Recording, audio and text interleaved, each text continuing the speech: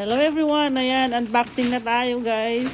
Andito na yung hinihintay natin. Ang ating, ano yan?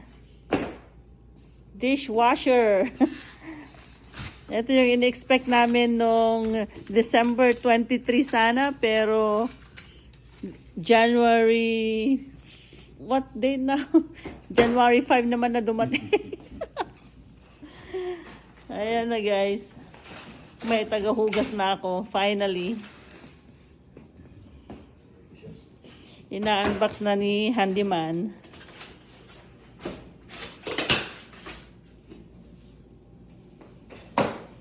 Yan na yung ating Frigidaire dishwasher. Hopefully may hook up niya bukas. Right now, even the delivery today. Kaya